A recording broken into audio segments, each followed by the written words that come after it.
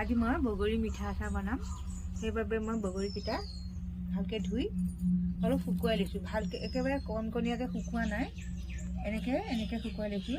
এয়া মই নপগাওঁ, কেঁচাই বনাম। আপোনালোকেও বনাই নেকি কমেণ্ট কৰি জনাবচোন। ইয়াতে ঢালি দিলোঁ। এতিয়া মই বগৰীখিনি এনেকৈ পিটিকি ল'ম। এইখিনি মোৰ পিটিকি লোৱা হৈ গ'ল। অকণমান নিমখ দিম, তাৰপিছত এয়া মই চেনি দিম।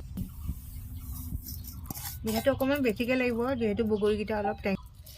বেলেগ মছলা নালাগে। ইয়াতে মই কেইটামান পাঁচফোৰণ দিছোঁ, জলকীয়া গুড়াও দি দিলোঁ। অকণমান জ্বলা জ্বলা হ'লে খায়ো ভাল লাগে। এইখিনিয়ে মছলা দিছোঁ আৰু একো নিদিওঁ। এতিয়া মই অকণমান তেল দিম। এতিয়া মই গোটেইখিনি ভালদৰে সানি ল'ম।